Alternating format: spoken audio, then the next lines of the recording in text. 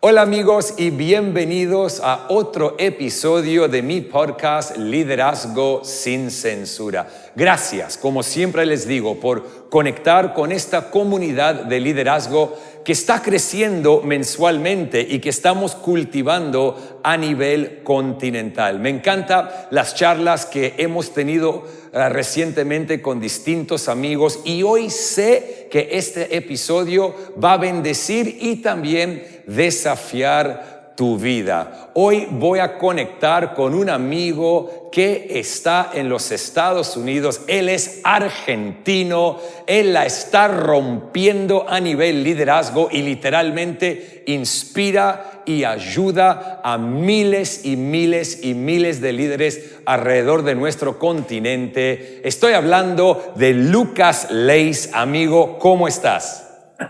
Hola Cris, qué gusto saludarte y qué lujo estar con vos en el podcast. No, gracias, es un lujo para mí tenerte a vos. Estoy bien en decir que sos el director de E625, ¿es tu posición oficial, director? Soy el fundador. Tenemos varios directores. Hace un tiempo dejamos de usarlo de director porque todos éramos directores. La verdad no sé qué título tengo, pero soy el fundador. Bueno, sos el boss, sos el jefe, sos el capo. No, en serio, sos un genio. Ama lo que E625 hace al producir material, a enseñar a la próxima generación de líderes, a desafiar mentalidades y se da a cambiar paradigmas dentro de la iglesia, no solamente a nivel continental, sino a nivel global. Y por eso quería charlar con vos. Cada vez que te escucho hablar de liderazgo, sé que a mí me desafía y me inspira. Y cuando pensaba, ¿quién voy a tener en el próximo episodio? Literalmente sentí el Espíritu Santo poner tu nombre en mi corazón y me encanta que esto se dio. Así que 1.000.000 de gracias por estar disponible. El gusto es mío. Bueno, vamos a comenzar. Te quiero hacer una pregunta. ¿Por qué estás tan apasionado por alcanzar, desafiar y entrenar a líderes, especialmente de la próxima generación? Creo que hay que sembrar en la tierra más fértil, y la tierra más fértil siempre son las nuevas generaciones. Y luego hay que ser estratégicos. Cuando el Señor me llamó a los 18 años, empecé a evangelizar adolescentes. Y por gracia de Dios pude ver a muchos adolescentes venir a Cristo en esos años, pero luego me vino una frustración santa. Me di cuenta que si yo seguía haciendo lo que hacía, con mucho esfuerzo y pasión quizás podía alcanzar algunos miles, pero que si entrenaba a líderes para afectar mejor a los adolescentes, podía haber un efecto multiplicador que alcance a millones. Por eso fue que vine a los Estados Unidos y me entrené para comenzar una organización como E625 que equipa a líderes para que la iglesia local sea eficaz en el trabajo con las nuevas generaciones. Me encanta eso, porque también por una época pastoreaste una iglesia local, y tomaste ese paso. Para vos hoy, quizá sea una pregunta que la respuesta es obvia para muchos, pero de igual manera te la quiero hacer. La mayor diferencia entre pastorear una iglesia y lo que hoy estás haciendo, equipando a líderes a nivel global. Primero aclaro, nosotros no somos una paraeclesiástica, somos una proeclesiástica, porque definitivamente todo lo que hacemos es a favor de la iglesia local. Sí. De hecho, en el equipo tenemos un montón de pastores generales. Antes me preguntaste lo de director, hoy estamos en 16 países, así que tenemos 16 directores nacionales, de los que 12 son pastores en una iglesia local. Buenísimo. Y nosotros 4 son pastores de jóvenes. Así que somos un equipo de pastores que trabaja en la iglesia local. Yo en mi iglesia local, como viajo y hago todo lo que hago para la publicación de libros, no puedo ser un pastor regular, pero el equipo pastoral de mi iglesia aquí en Dallas me reconoce como pastor. Yo, de hecho, pastoreo a mi pastor porque tengo un montón de reuniones de consulta donde hablamos de la estrategia de la iglesia. Así que yo amo la iglesia local, creo en la iglesia local y estoy inmerso en una iglesia local. Así que no somos una organización paralela, sino que estamos absolutamente trabajando en apoyo a las iglesias locales, porque ahí creo que está la verdadera clave del discipulado. Totalmente, es lo que más me encanta de E625 y es eso, ¿no? Yo creo, obvio, yo soy un apasionado por la iglesia local, obviamente se dice mucho por distintas partes, creo que la iglesia local es la esperanza del mundo, por eso creo que lo que ustedes hacen es vital y también traer siempre con líderes, con pastores, una perspectiva desde afuera de las cuatro paredes que van a desafiar paradigmas y van a intentar inspirar nuevas formas para seguir adelante. Y por eso siempre te digo que sí, cuando me invitas a los eventos que hacen, porque aman y apoyan a lo que es el concepto de la iglesia local, que para mí es la idea más maravillosa que Dios tuvo de establecer la iglesia, porque somos la esperanza del mundo por medio de Cristo Jesús. Y por eso yo te quiero honrar, porque conozco varios de tus directores, sé el trabajo que haces, constantemente estás escribiendo, constantemente están sacando material para equipar y empoderar a líderes. Y no es nada pequeño y sé que pagas un precio muy alto. Y te quiero hacer esa pregunta con respecto al precio que uno paga a nivel familiar, el viajar, el apartarte para escribir. Sé que haces un viaje cada año donde te desconectas para buscar de Dios, para ver qué es lo próximo. Contame un poco de eso y ¿vale la pena pagar el precio que pagas para poder equipar a líderes para que la iglesia sea mejor? Sí, creo que es importante definir los precios. Yo entiendo que mi prioridad dada por Dios es mi familia, y entonces a los primeros que pastoreo es a mis hijos, a mi esposa, y me dejo pastorear por ellos también, sobre todo por mi esposa, que siempre tiene palabra de Dios para mi vida. Pero con ellos trabajamos en servir a muchas iglesias y en muchos rubros diferentes, y entonces creo que es una decisión familiar que tomamos juntos. Obviamente cuando mis hijitos eran pequeños la heredaron de sus padres, pero luego les consultamos. Ahora son adolescentes y los hacemos parte de lo que hacemos. Creo que sí hemos pagado precios para hacer lo que Dios nos ha llamado, pero nunca sacrifiqué a la familia. Claro eso. Así que no es que dejé a la familia para poder servir a los líderes, porque creo que el ministerio siempre empieza en la familia. Totalmente. Pero sí, claro, muchas veces tuve que viajar, tuve que tomar iniciativas. De hecho, E625 es una organización que hace eventos en más de 18 países por año. Y eso ha significado ir a un montón de países, no como un invitado a un evento, sino como un organizador. Y sí, eso es bastante trabajoso. Vos estuviste en eventos nuestros en países donde ni tenemos oficina, como Panamá, y hacer ese tipo de eventos en países donde no tenés un equipo local es muy osado. Así que todo eso han sido parte de los sacrificios que hemos tenido que hacer, pero estamos muy agradecidos por lo que Dios nos ha permitido hacer. Sí, porque es a través del sacrificio y el trabajar duro, porque a eso es lo que quiero llegar, porque hoy tenés a muchos líderes jóvenes que quizá ven un Lucas Leis o otro pastor reconocido y ven la plataforma que Dios le dio, las oportunidades que tiene, el material que produce, los seguidores que tienen, y muchos anhelan eso. Y por eso te quise preguntar del precio que uno paga, porque se llega contando el costo, pagando el precio, trabajando duro. Muchos quieren depender del maná que cae del cielo, pero Dios nos da una tierra prometida para trabajar. Sí, definitivamente. Conquistar lo que Dios pone por delante demanda mucho esfuerzo, sobre todo cuando es algo que viene de Dios. Nada grande nace de repente y nada importante es barato. Todo lo que es barato, todo lo que es valioso es caro, todo lo que es importante cuesta esfuerzo. Buenísimo. Y eso es para todos los rubros de la vida, pero sobre todo para el ministerio. Si uno quiere simplemente ser popular, es cierto que hay algunos atajos a través de los talentos. Si uno tiene un talento de escenario, probablemente pueda recoger algunos aplausos rápidamente debido a ese talento. Pero edificar estructuras que bendicen más allá de los talentos de una persona, como es E625, que publica 2 libros nuevos por mes y que crea un montón de recursos que se descargan semanalmente por miles de iglesias. Todo eso demanda mucho más que simplemente talento escénico. Demanda un montón de trabajo, un montón de sacrificio. Y de hecho, para hacer el tipo de recursos que creamos, hace falta mucha investigación. Antes te mencioné, yo vine a los Estados Unidos a estudiar. Hice una maestría, hice un doctorado. De hecho, cuando comencé la maestría en California, mi inglés era horrible y yo tenía que grabar las clases y luego escucharlas de nuevo con un diccionario para entender lo que habían dicho.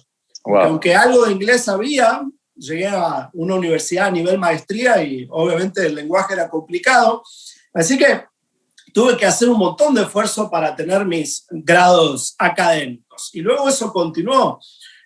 Al publicar un libro hay un montón de trabajo detrás, un montón de trabajo. De hecho, hacemos Biblias. Somos la única editorial en Hispanoamérica que no es una sucursal de una editorial en inglés que produce Biblias de estudio. Somos los únicos. De hecho, somos la única editorial que produce libros 100% en español que no son traducciones. Todos nuestros libros son originales. ¿Sí? Y publicar la Biblia demanda, tuve que hacer contratos con India, con Corea, porque el papel de Biblia solamente se hace en esos países, traducirse a esos idiomas para hacer los convenios es súper complicado, llegan pruebas, las mandamos de vuelta, hay un montón de trabajo detrás de cada uno de esos recursos, así que sí, a eso no se llega fácil. No, me encanta porque es lo que sucede detrás del telón que muchos no ven y muchos desean caminar en los zapatos de otro sin saber el precio que pagaron para poder caminar en esos zapatos. Y por eso me encantan estas charlas para poder investigar lo que sucede un poco detrás del telón, porque no se llega al éxito en ningún rubro sin trabajar duro, sin pagar el precio, sin vivir una vida enfocada y sin desviarte del carril que Dios ha marcado para tu vida. Y es lo que me encanta de vos. Vos sabés cuál es tu carril y te mantenés fiel al carril que Dios marcó para tu vida. Y con eso te quiero preguntar, fuera de las cámaras te pregunté si predicabas en inglés, si te soltabas para predicar en inglés, y me contaste un poco de una época donde empezaron a invitarte mucho a iglesias, habla inglés, a eventos, y tomaste una decisión, y me encantaría que hables de eso un poco. Bueno, vivo en Estados Unidos hace muchos años y se me han abierto muchas puertas a influenciar el mundo en inglés, y en algún momento empezaron a invitarme a eventos cada vez más grandes. Y de hecho, prediqué en algunos eventos muy, muy influyentes, y luego de eso me empezaron a llover invitaciones a predicar en iglesias en inglés. Y comencé a hacerlo, pero luego me di cuenta de que eso era una distracción, porque no era lo que Dios me había llamado. Y aunque era más conveniente en términos económicos y probablemente de influencia, no eran lo que Dios me había pedido que haga. Dios me permitió venir a los Estados Unidos de milagro a estudiar en el seminario, la universidad de posgrado más cara que hay acá para el ministerio, y me dieron una beca. O sea, todo fue gracia de Dios, y fue para equipar a líderes de las iglesias hispanas, no fue para que yo me haga conocido en el mundo en inglés. Y entonces empezamos a desistir de ir a eventos en inglés, aunque aparentemente era más conveniente, y por 4 o 5 años dejamos de ir, y claro, me fueron dejando de invitar porque sabía que yo siempre decía que no. Así que por eso te contaba, de tanto en tanto lo hago, pero he perdido la práctica, y esa es la razón, de tanto decir que no y concentrarme en el mundo en español. Obviamente no tengo la práctica de estar siempre hablando en inglés. Aunque el libro Liderazgo Generacional, te cuento, lo acabamos de sacar en inglés y otra vez empezó la rueda.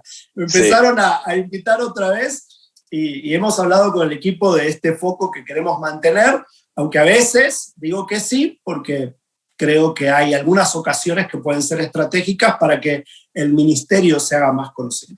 No, me encanta eso porque es una lección importantísima para líderes jóvenes, porque cuando Dios empieza a bendecir tu ministerio, y digamos, yo lidero una iglesia local en distintos países, cuando la iglesia empieza a crecer y personas empiezan a notar lo que Dios está haciendo, empiezan a llegar invitaciones de todas partes, y es muy fácil decirle que sí a todo el mundo. Yo tuve una experiencia en el 2019 donde estaba por predicar en un evento masivo en Centroamérica y me hacía la pregunta, ¿qué hago acá? Y sentí el Espíritu Santo decirme, ¿y qué haces acá? Esta no es la plataforma que te di. Y eso me llevó a mí a reestructurar mi vida y a considerar a otro nivel a que yo le decía que sí, porque Dios me llamó a construir lo que me puso en las manos y la plataforma que mi pastor me dio a mí.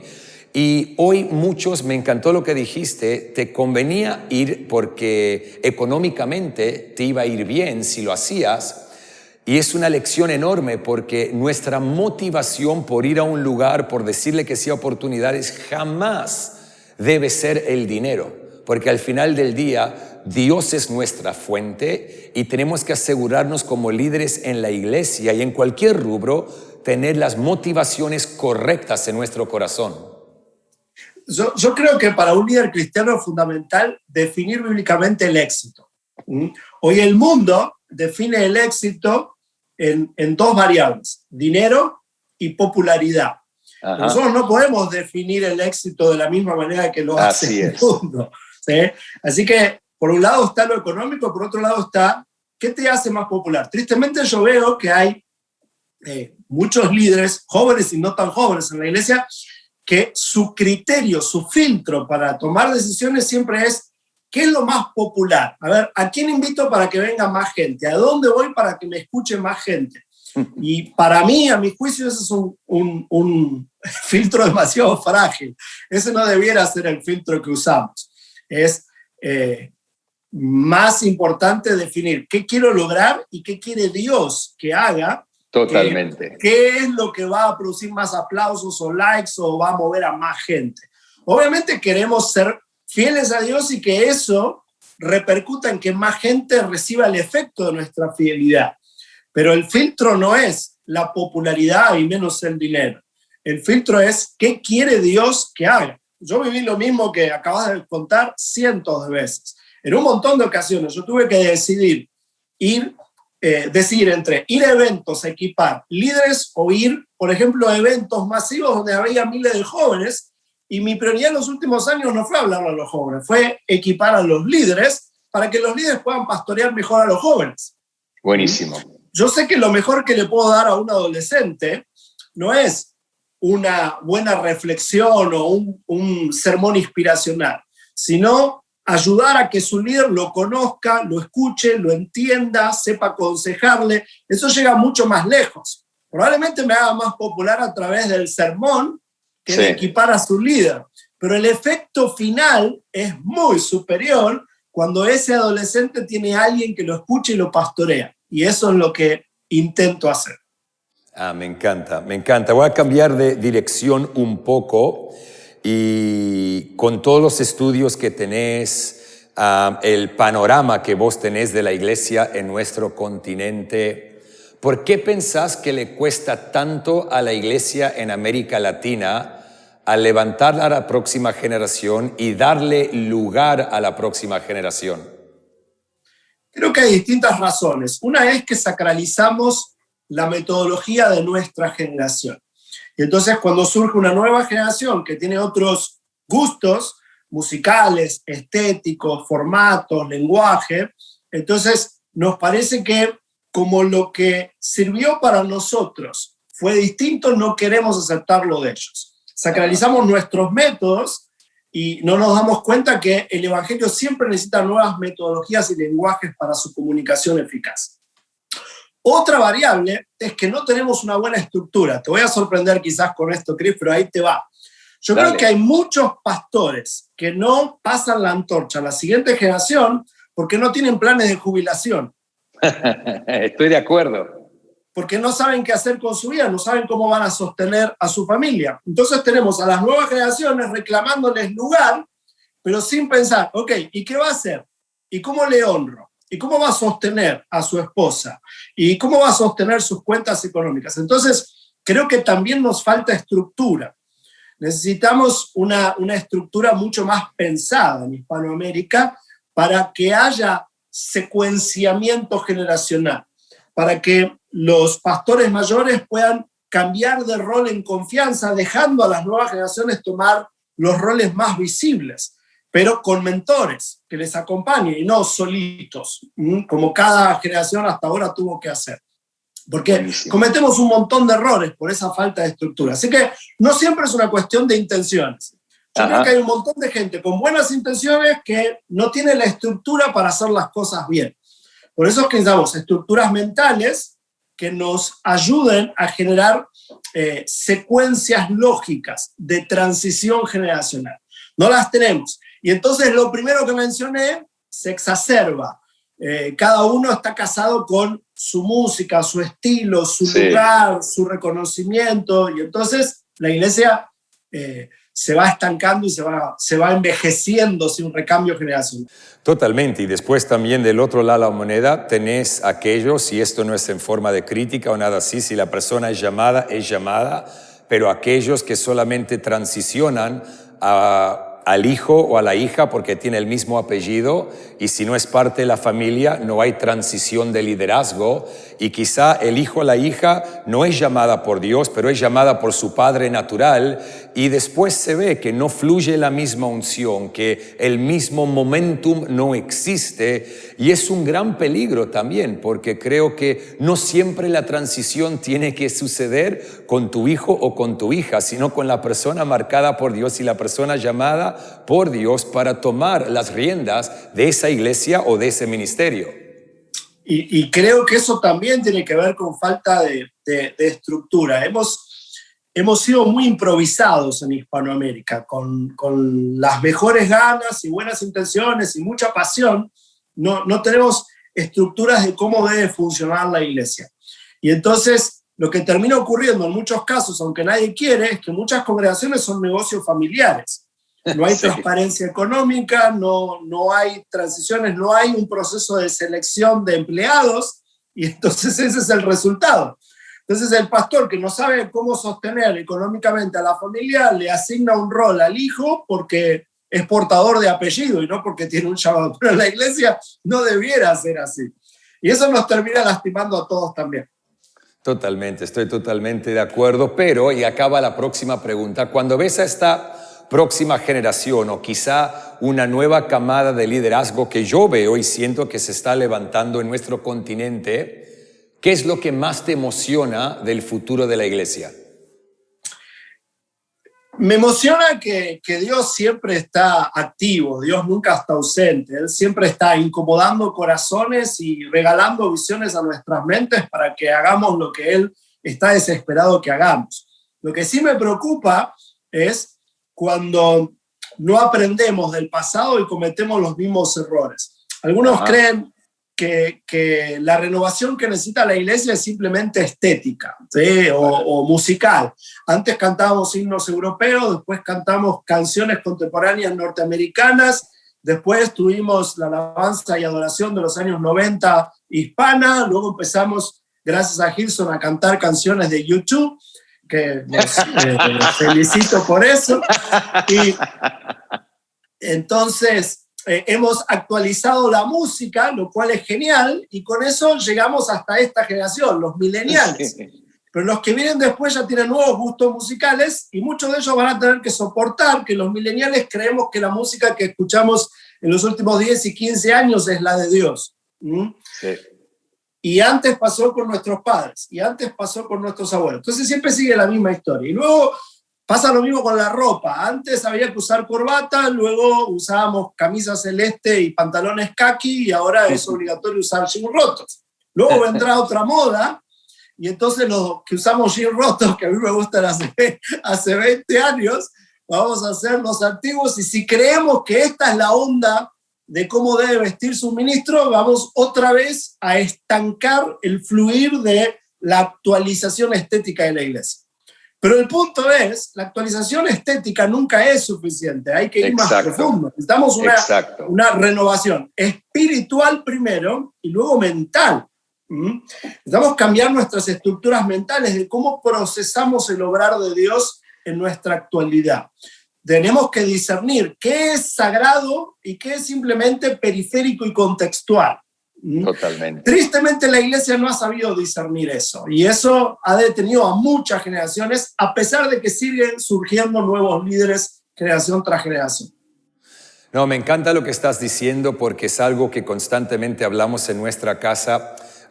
Si lo puedo hablar de un punto de vista de Hillsong, ¿no? Muchos ven a nuestra iglesia y piensan que es lo estético nada más. Y muchos que han hablado de manera negativa o sin conocer, hablan de los lugares que alquilamos para hacer iglesia, de cómo hacemos iglesia, de cómo nos vestimos, y ven lo estético y piensan que es eso.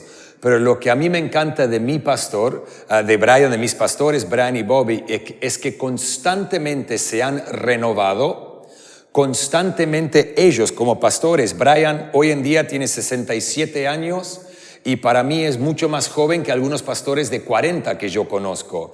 Y la renovación interna, la renovación de la mente, su renovación espiritual es lo que produce lo estético, y sin esa esencia, lo estético va y viene, es como una moda pasajera. Y eso es lo que muchos tienen que captar, yo creo, en nuestro continente, donde hay una generación que copia mucho lo estético, pero no entienden la esencia. Definitivamente. Ese es un gran dilema que hemos tenido a través de los siglos, el no renovar nuestro interior y nuestra mente y solamente quedarnos con una actualización de lo que es visible, lo que se ve, lo que hacemos en los cultos. El llamado de Jesús no fue vayan por el mundo y hagan cultos, fue hagan discípulos. Y las reuniones son para ser discípulos, son un facilitador de que suceda el discipulado. Cuando sacralizamos la reunión, bueno, obviamente la convertimos en algo que nos interrumpe de esa renovación. Y es interesante o quizás cruel, porque ese medio que debemos utilizar para que Dios nos renueve se termina convirtiendo en ese ídolo que sacralizamos y que lo estancamos según nuestras experiencias. En muchas iglesias el trabajo con jóvenes y adolescentes no progresa porque muchos tienen de punto de partida la experiencia de su propia adolescencia. Conmigo hicieron tal cosa, yo voy a hacer lo mismo, porque conmigo funcionó. Pero lo que sucedió en mi adolescencia sucedió hace 30 años, yo no puedo seguir haciendo lo que funcionó conmigo. Exacto. Tengo que pensar en mis hijos. Entonces, hay un proceso continuo de actualización que debe suceder, y es la renovación del espíritu y la renovación de la mente en el líder cristiano.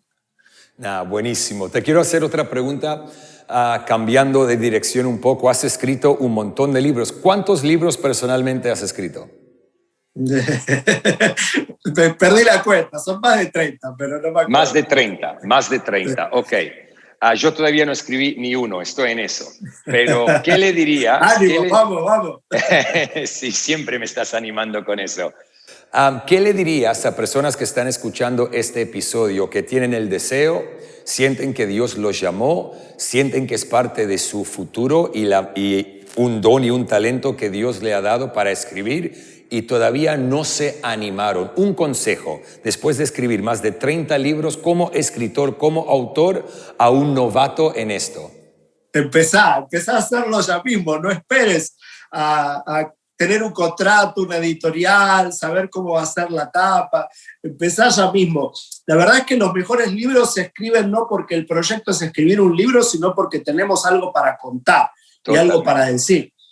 Obviamente, cuando uno arranca de jovencito, tiene el sueño, la expectativa. Qué lindo sería escribir un libro.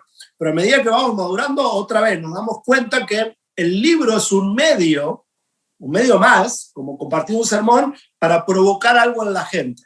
Sí. Cuando uno nunca predicó, su sueño es voy a predicar. Cuando uno no escribe un libro, quizás su sueño es voy a escribir un libro. Pero mi recomendación es empezar a soñar con el efecto posterior del medio. ¿Qué quiero producir? ¿Qué quiero decir? Y arrancar ya mismo a compartirlo, ponerlo por escrito y luego el Señor va a seguir abriendo puertas. ¿Y pensás que todo el mundo debe escribir un libro? No, para nada, como no todos tienen que dar un sermón tampoco. Dios nos hizo diferentes, cada uno tiene talentos y dones distintos para traer a la mesa, pero sí creo que algunos tienen siempre el sueño y la expectativa y no lo ponen a la práctica, no lo ponen en movimiento por no empezar. Esperar que todo sea ideal, el contrato, por dónde lo voy a hacer, y la verdad es que eso viene después. Así que por eso empiezo tan simple, empezar. Nada, totalmente. Yo, sabes, tengo 43, hace desde los 38 que estoy batallando con esto. Siento que lo debo hacer, pero siempre dije, y te lo he dicho a vos en una o dos ocasiones, que no quería escribir un libro simplemente porque me llegaban ofertas y tengo varias, sino que quiero escribir el libro cuando siento que estoy en la etapa de mi vida donde lo que estamos construyendo está dando fruto y que tenemos algo para decir. Jamás quiero escribir un libro por escribir un libro, ¿no? Y entonces creo que es algo que aprendí de mi pastor, ¿no? Nunca debemos hacer las cosas por hacerlas porque se te presentan oportunidades, sino si vas a hablar, habla porque tenés algo para decir. Si vas a predicar, predica porque tenés algo para predicar. Si vas a escribir, escribí porque tenés algo para escribir. Es la razón por la cual comencé este podcast. Por muchos años, por 2 años, tuve amigos que me decían, tenés que comenzar un podcast, tenés que comenzar un podcast. Y fue 2 años atrás que sentí, ahora es el momento. En ese entonces llevábamos 3 años en el continente, habíamos abierto Hillsong, Buenos Aires, San Pablo, estábamos a punto de lanzar Monterrey, habíamos edificado equipos de miles de voluntarios, cientos de líderes, y entonces sentí, ok, tenemos algo para comunicar con respecto al liderazgo desde nuestra experiencia y perspectiva, lo que Dios está bendiciendo, lo que funciona. Y entonces para mí es muy importante hacerlo en el momento correcto, no simplemente porque se presenta la oportunidad de hacerlo. Yo cada vez que le propongo, cuento un secreto de la industria editorial. La mayoría de los libros no nacen en los autores, sino que nacen en las editoriales, porque es en lo que trabajamos. Pero a pesar de eso, yo siempre que le propongo escribir un libro a alguien, le digo, sé que hay un libro adentro tuyo, hay algún tema que te está dando vueltas en el corazón, hay algo que Dios te ha estado enseñando que es necesario compartirlo con otras personas, y escribir un libro es un medio, un vehículo, una herramienta para compartirlo. Y si puedo, te ayudo a sacar ese mensaje. Obviamente tiene que haber un mensaje interior. De hecho, a través de los años he ayudado a... me da un poquito de pudor, pero creo que dada la entrevista es bueno contarlo, lo que me estás preguntando. He escrito mis libros, somos una editorial con S25, pero por años fui el presidente de la editorial quizás más grande que había en aquel entonces en el mundo de habla hispana, y he publicado más de 1000 libros a través de los años. Y he ayudado a escribir libros a un montón de autores que todos ustedes conocen, que primero el libro era un sueño, un germen, y yo le ayudé a la autora a desglosar el tema y poner a un equipo editorial a poder sacar eso en limpio, en un formato literario. Así que yo he visto libros que nacen de la nada y libros que estaban muy concebidos en la cabeza, pero que había que encontrarle el formato correcto para comunicar esas verdades. Así que hay un montón de trabajo artesanal detrás del libro. Pero bien decís, el autor tiene que tener algo para decir y no solamente la ambición de quiero escribir un libro. Porque si la ambición es escribir un libro, el libro va a ser malo. Exacto. Porque no tiene nada para decir. No, me encanta. Mira, ¿a qué edad te fuiste de Argentina? 24. Tenía 24 años. ¿Qué le diría Lucas Leis de hoy al Lucas Leis de 24 años?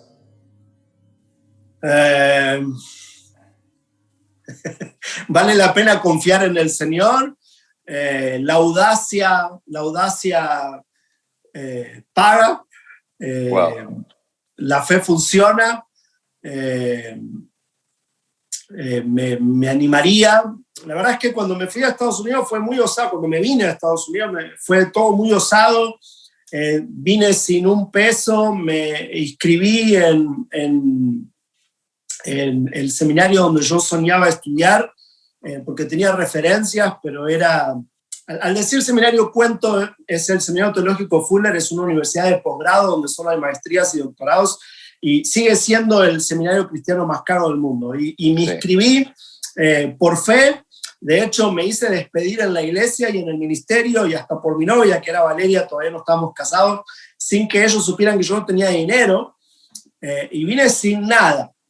De milagro conseguí una piecita donde dormir, dormí por un mes y un poquito más en el piso, tuve $40 en mis manos por un mes, me dieron cupones para comer hamburguesas todos los días, comí una hamburguesa por día durante 30 días, que fue wow. lo que me habían regalado, que es la hamburguesa In-N-Out, que todavía me gusta mucho. Eso sí. Son buenísimos.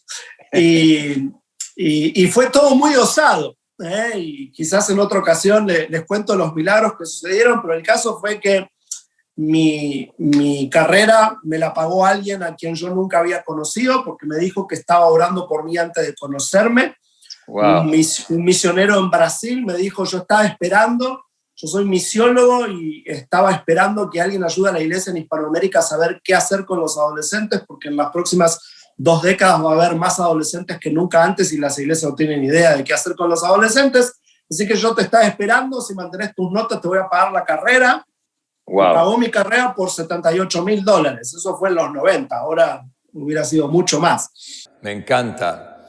Mira, vamos a ir terminando porque se nos va el tiempo, y obviamente comenzamos hablando un poco de las próximas generaciones, de lo que haces con E625 al equipar y empoderar a líderes para alcanzar las próximas generaciones. Me encantaría que termines, si podés, con 3 consejos que le dirías a un líder que está intentando tener un impacto con las próximas generaciones. 3 consejos con respecto al liderazgo. ¿Qué le dirías? 3 cosas. Lo primero es trabaja en tu carácter, desarrolla tu carácter interior. Quienes somos en lo secreto siempre termina repercutiendo en quienes somos en lo público. Y es muy triste cuando alguien tiene éxito en lo público, pero no tiene integridad interior. Eso siempre termina mal, a pesar del éxito aparente que puedas tener por una temporada. Por eso, primero que nada, guarda tu corazón, trabaja en tu ser interior, porque el verdadero ministerio fluye de quienes somos más que de lo que hacemos. Buenísimo. Acuérdate de esto. Lograr que la gente que no te conoce te admire demanda talentos. Si vos tenés talentos escénicos, probablemente la gente te admire y te aplauda. Pero quienes te conocen no se van a dejar engañar por eso. Buenísimo. Quienes te conocen van a mirar tu carácter, quién sos en lo secreto. Y eso va a determinar verdaderamente la trayectoria de tu vida, sobre todo desde la perspectiva de Dios. Segundo consejo. Primero están las personas, después los programas. Concéntrate en amar a las personas. Dios te va a dar distintas maneras de hacerlo práctico, pero amar a las personas es mucho más importante que qué programas haces. Los programas son en función de las personas. Dios nos llamó al discipulado, y el discipulado básicamente es una relación con otras personas. Por eso es que prioriza eso también. Buenísimo. Y tercero, con el mundo que se viene, estudia, investiga, aprende. Yo creo que uno de los males de nuestra era es la superficialidad. Vivimos en un mundo de miles de millones de distracciones, y a veces los líderes cristianos terminamos siendo cómplices. Por eso ve mucho más profundo, anda mucho más profundo en tu conocimiento de Dios, de la doctrina, de la palabra, de la ciencia. Desarrollar una cosmovisión inteligente que te permita responder a las preguntas de las nuevas generaciones. Las generaciones que vienen van a tener un montón de nuevas preguntas que las generaciones anteriores no tuvieron. Primero que nada porque nos movemos a un mundo de amoralidad, que no es lo mismo que la inmoralidad. La inmoralidad era el mundo donde alguien hacía lo que era pecado sabiendo que era pecado y porque no le importaba. Pero en las nuevas generaciones vamos a vivir la amoralidad, donde nadie discierne qué está bien y qué está mal. Es todo fluido. Es acorde a las emociones, todo vale. Y entonces el pastorear a las nuevas generaciones en ese ambiente va a demandar mucho más ciencia, mucho más inteligencia. Buenísimo. Vamos a tener que responder preguntas con mucho más argumentos que decir, eso es pecado y no te conviene. Sí, totalmente. Así que esas son las 3 recomendaciones. Me encanta, buenísimo, amigo. Te quiero dar las gracias una vez más por tu tiempo, gracias por tu disponibilidad. Sabes que te quiero mucho y ojalá pronto nos podamos ver. Que Dios te bendiga grandemente. Un abrazo enorme a Vale y a los chicos. Y sos un crack, ¿eh? Te honro, gracias por todo lo que haces. Y sabes que en Hillsong tenés a una familia que te ama y que siempre tendrán los brazos y las puertas abiertas para ustedes. Muchísimas gracias, Chris. Yo también te quiero mucho y aprecio mucho tu corazón y lo que has estado haciendo. Y la verdad es que cada vez que veo que te escuchan más personas en Hispanoamérica me alegra tanto. Gracias por ser un portador de gracia y tener el corazón de servicio que tenés. El Señor te bendiga mucho y arriba. Dale, gracias amigo, nos vemos pronto. Así que aquí tuvimos otro episodio de Liderazgo sin Censura con mi amigo Lucas Leis. Gracias por estar conectados y amigos, recuerden que el liderazgo siempre es el problema, pero también siempre es la solución. Nos vemos pronto.